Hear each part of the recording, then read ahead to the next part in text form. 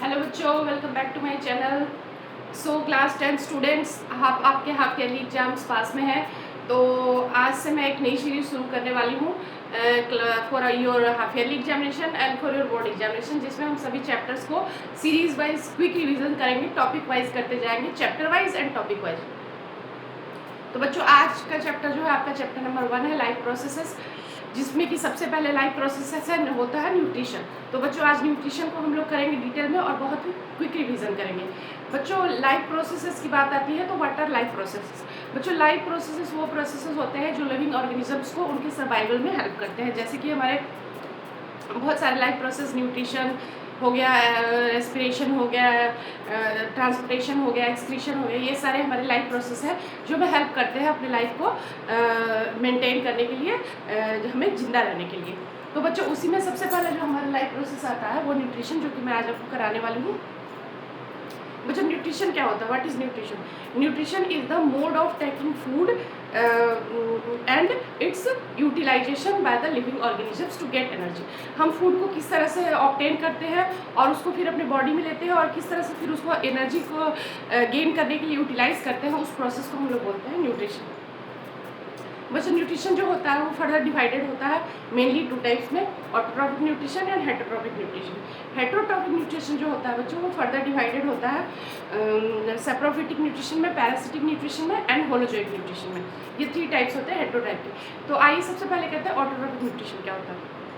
बच्चों, autotrophic nutrition वो nutrition होता है जिसमें ग्रीन प्लांट्स जो होते हैं वो अपना फूड खुद मैन्युफैक्चर करते हैं और वो करते हैं सोलर एनर्जी को के हेल्प से वो केमिकल एनर्जी में कन्वर्ट करते हैं और फूड बनाते हैं। जो मेन फूड बनाते हैं बच्चों प्लांट्स, वो होता है ग्लूकोज। और ग्लूकोज जो बनता है उसमें से कुछ पार्ट्स प्लांट अपने ग्रोथ और डेवलपमेंट के लिए यूज़ करते हैं और जो एक्स्ट्रा ग्लूकोज बच जाता है वो हो जाता है प्लांट्स में स्टोर, जो कि होता है स्टार्च के फॉर्म में।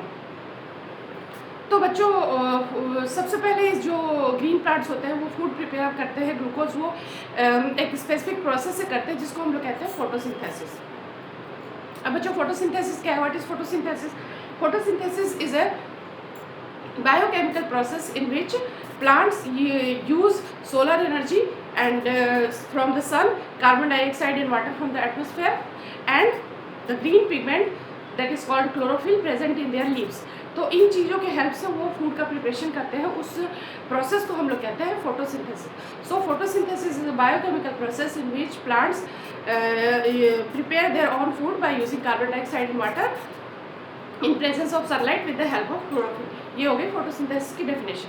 अब जो कुछ चीज़ें हैं जो प्लांट फोटोसिंथेसिस में रिक्वायर्ड होती है, जैसे कि वाटर हो गया, एयर, कार्बन डाइऑक्साइड हो गया, सोलर एनर्जी, सन की लाइट। तो सन की एनर्जी जो लेते हैं वो लेते हैं with the help of chlorophyll pigment.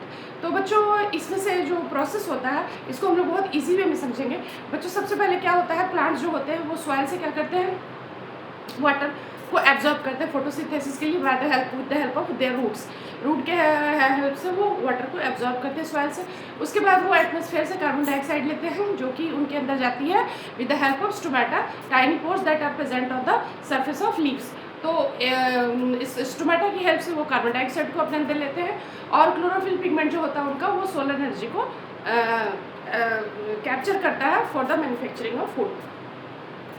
तो बच्चों, ये जो होता है हमारा प्रोसेस जो होता है उसमें क्या होता है, सबसे पहले फर्स्ट स्टेप क्या होता है, कुछ स्टेप्स में होता है बच्चों फोटोसिंथेसिस। तो फर्स्ट स्टेप क्या होता है, फर्स्ट स्टेप में क्या होता है कि जो हमारे क्लोरोफिल पिगमेंट है लीफ के अंदर वो सोलर एनर्जी को ट्रैप करते हैं और जैसे ही सोलर एनर्जी को ट्रैप करते हैं तो जो वाटर होता है लीव्स के अंदर वो क्या होता है, स्प्लिट हो जाता है, मतलब टूट जाता है और टूट के वो बनाता है H+ OH- आयंस में टूट जाता है। तो बच्चों, OH में जो ऑक्सीजन होता है वो तो रिलीज हो जाता है एटमॉस्फेयर में, जो कि हमें कार्बन ऑक्सीजन रिलीज कर देता है प्लांट एटमॉस्फेयर में, और जो हाइड्रोजन होता है वो कार्बन डाइऑक्साइड के साथ कंबाइन करके बनाता है ग्लूकोज। तो इस तरह से वो फूड प्रिपेयर होता है ग्लूकोज के फॉर्म में। प्लांट्स कौन सा फूड प्रिपेयर करते हैं, ग्लूकोज। तो इस तरह से हमारा ग्लूकोज का फॉर्मेशन होता है। अब जो ग्लूकोज जो होता है वो जो नीड होती है प्लांट्स वो अपने उसके लिए ग्रोथ एंड डेवलपमेंट के लिए यूज़ करते हैं और बाकी जो होता है उसको स्टार्च की फॉर्म में अपने अंदर स्टोर कर लेते हैं। बच्चों, ये क्वेश्चन बहुत आता है कि कौन सा फूड बनता है और किस फॉर्म में स्टोर होता है। अब बच्चों, जो हमारा जो प्लांट्स जो लेते हैं, आपको पता है कि प्लांट्स के अंदर ट्रांसपिरेशन का भी प्रोसेस होता है with the help of leaves, और जो कि होता है स्टोमेटा की हेल्प से, जिसमें कि प्लांट्स क्या करते हैं, एक्सेस वाटर को अपने बॉडी से इवेपोरेट कर देते हैं अपने लीव्स के थ्रू एटमॉस्फेयर में in the form of water. So एक प्रोसेस लीव्स का ये भी होता है, जो कि होता है ट्रांसपिरेशन।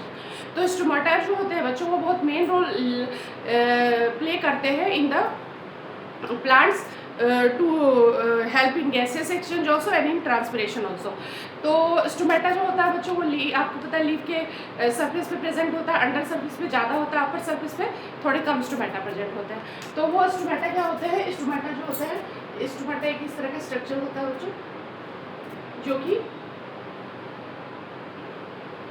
तो किडनी बीन शेप्ड के गार्ड सेल से सराउंडेड होता है बच्चों। ये हो गया स्टोमेटल कोर। तो इसके आगे होते हैं सब्सिडियरी सेल्स, जो होते हैं एपिडर्मिस के सेल्स होते हैं, these are called subsidiary cells. अब बच्चों डे टाइम में क्या होता है, डे टाइम में सनलाइट की वजह से स्टोमेटा जो होता है वो ओपन होता है। तो इसके स्टोमेटा के थ्रू क्या होता है, वाटर जो होता है इन गार्ड सेल्स में जाता है। तो बच्चों वाटर जैसे गार्ड सेल्स में जाता है, जो गार्ड सेल्स होते हैं वो टर्जिड हो जाते हैं। टर्जिड होने की वजह से इनके वॉल जो है वो सेपरेट हो जाते हैं और स्टोमेटा ओपन हो जाता है। नाइट में क्या होता है, ये जो हमारा स्टोमेटल कोर है वो ओपन नहीं होता है, क्योंकि इसके अंदर वाटर नहीं जाता है और ये श्रिंक हो जाता है, इसलिए हमारा गार्ड सेल श्रिंक हो जाता है, इससे हमारा स्टोमेटल कोर बंद हो जाता है। तो रात को जो होता है ये जो होता है गैसेस जो होती है वो अंदर नहीं जाती और इस तरह से स्टोमेटा क्लोज होता है। तो ये है mechanism of opening and closing of stomata.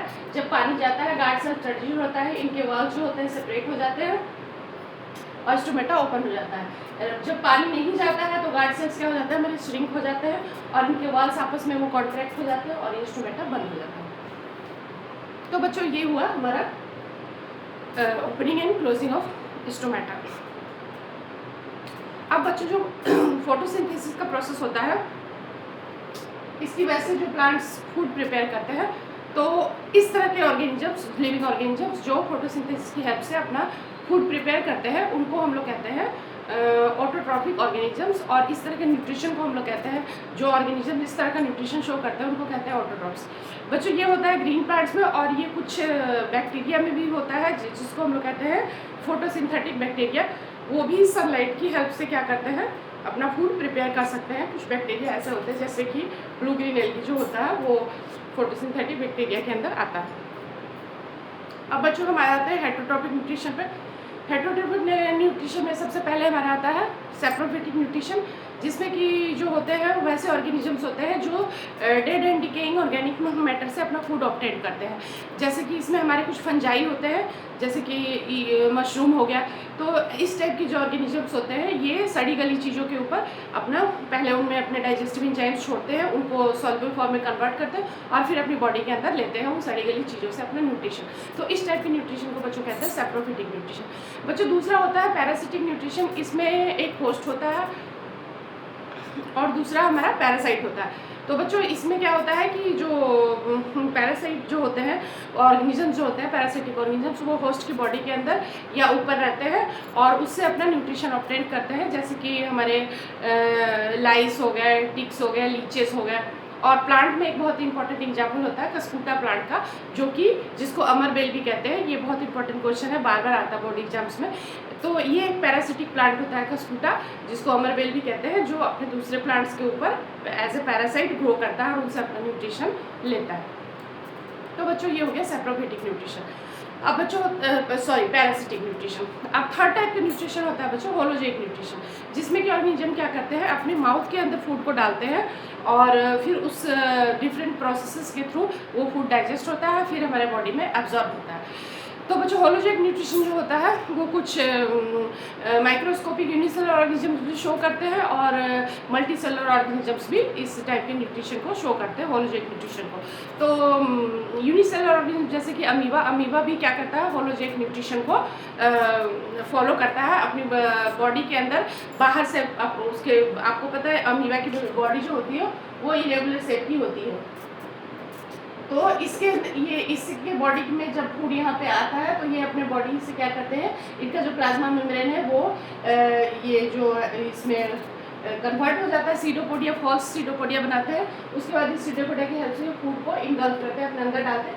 उसके बाद ये जो इसके अंदर वैक्यूल्स बनता है, वैक्यूल्स के अंदर ये फूड जाता है, वहाँ पे डाइजेस्टिव एंजाइम से डाइजेस्ट होता है। बाकी जो अनडाइजेस्टेड फूड है वो एक्सक्रीट कर दिया जाता है। तो ये होता है अमीबा के अंदर। और उसके बाद क्या होता है कि ये ह्यूमन बींग्स भी इसी टाइप के न्यूट्रिशन को शो करते हैं, जिसको कहते हैं होलोजेनिक न्यूट्रिशन। तो बच्चों होलोजेनिक न्यूट्रिशन जो होता है वो डिफरेंट स्टेप्स में होता है। सबसे पहले होता है इंजेशन, दूसरा होता है डाइजेशन, तीसरा होता है एसिमिलेशन एब्जॉर्प्शन, चौथा होता है एसिमिलेशन और लास्ट होता है इजेशन। तो बच्चों इजेशन होता है लास्ट। सबसे पहला होता है इंजेशन। इंजेशन वो फर्स्ट स्टेप होता है डाइजेशन के प्रोसेस का। इसमें क्या करते हैं, फूड को अपने बॉडी के अंदर डालते हैं with the help of mouth. उसके बाद क्या होता है, दूसरा स्टेप जो होता है बच्चों, ये जो हमारा फूड होता है वो डाइजेशन का प्रोसेस होता है, जो कि जिसमें कि हमारे जो कॉम्प्लेक्स हार्ड इनसॉल्युबल फूड जो होता है वो ब्रेक डाउन होता है into simpler substances, simpler molecules, soluble molecules. और वो फिर क्या होता है डाइजेशन के प्रोसेस में सॉल्युबल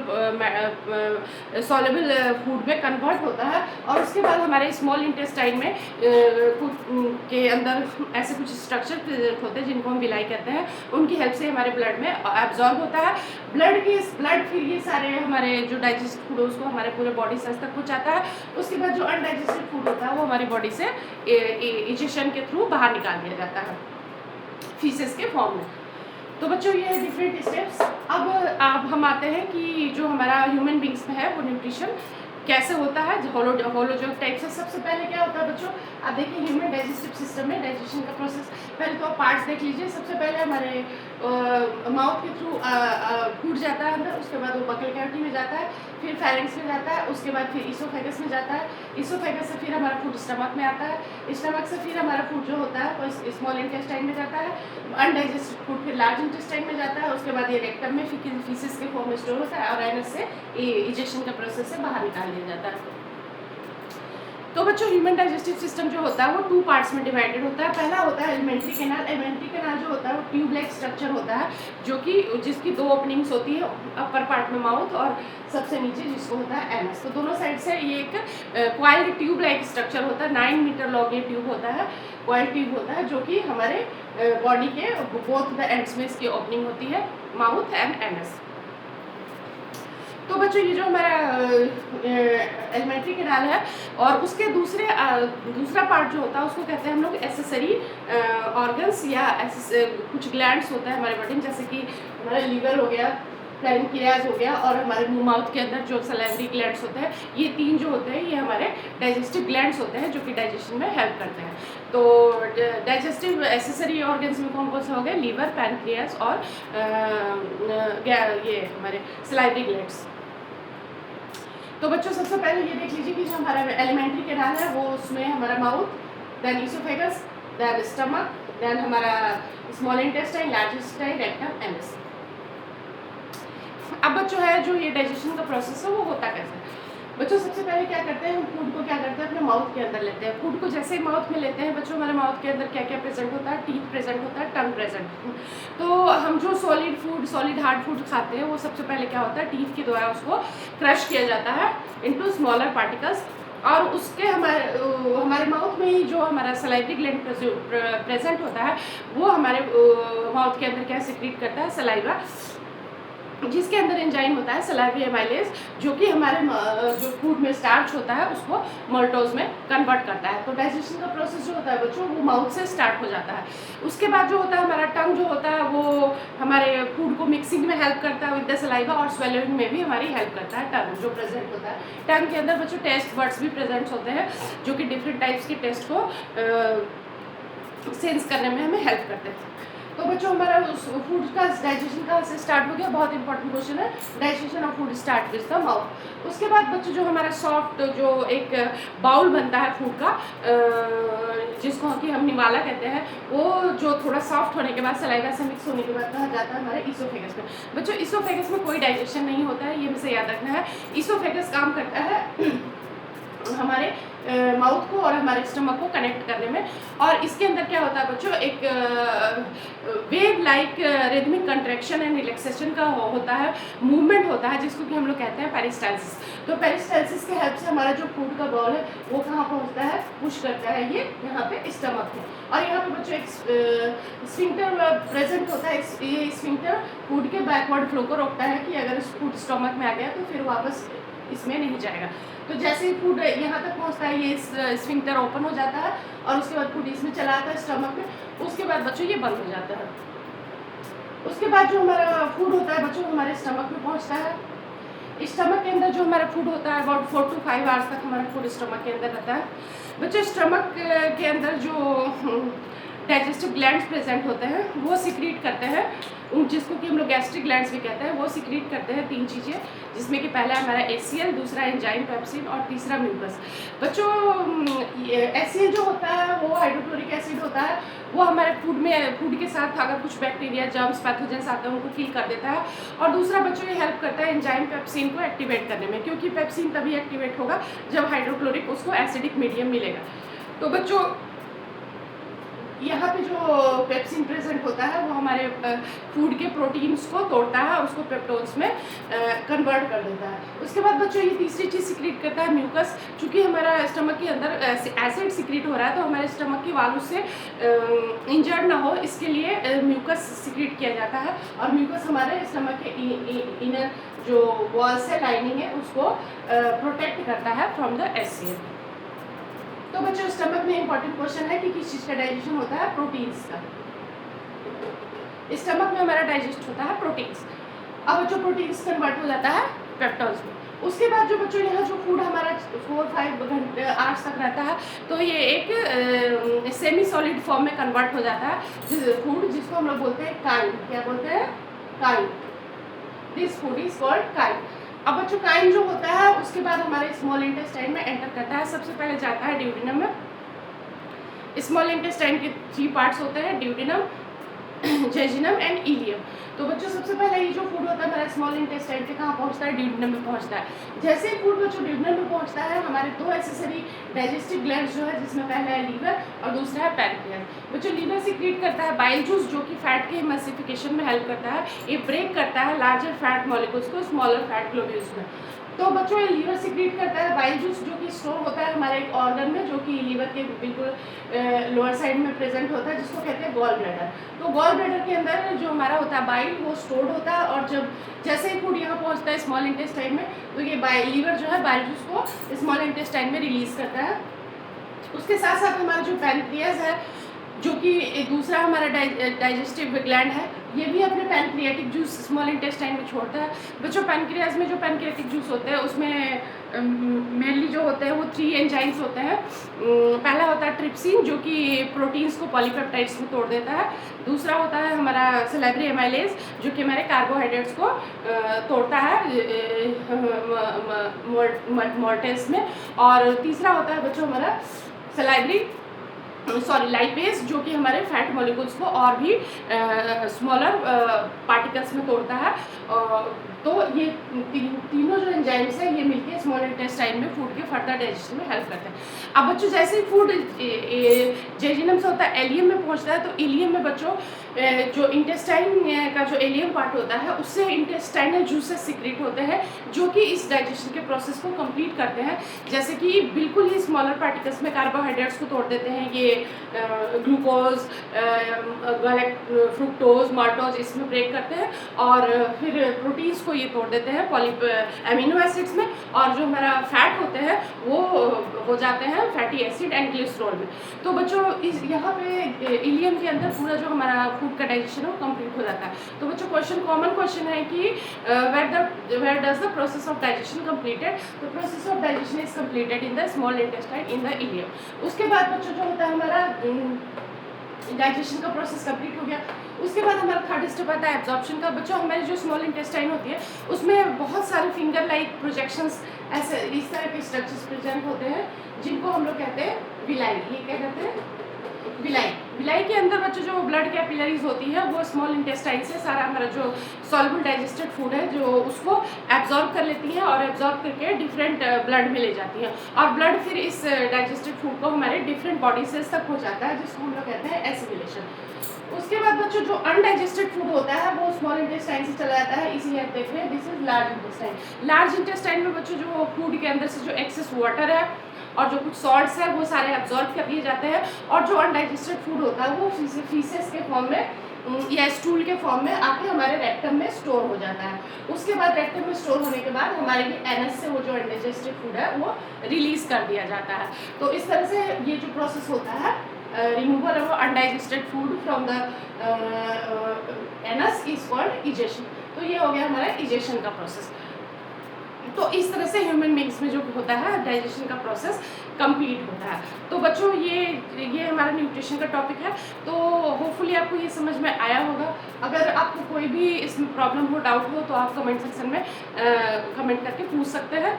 तो बिल्कुल ही सिंपल मतलब इजी वे में मैंने आपको समझाने की कोशिश की और बहुत ही ट्राई करा है कि आपको मतलब ये सारा कॉन्सेप्ट क्लियर हो जाए। तो बच्चों अगर आपको वीडियो अच्छी लगी हो तो मेरा वीडियो को लाइक करें, चैनल को सब्सक्राइब करें और इसके नेक्स्ट टॉपिक के लिए वेट करें, जो कि है हमारा नेक्स्ट टॉपिक रेस्पिरेशन। तो रेस्पिरेशन को प्रोसेस को हम लोग नेक्स्ट टॉपिक में समझेंगे इसी तरह क्विक रिवीजन की सीरीज़ में। तो do subscribe my channel. Thank you.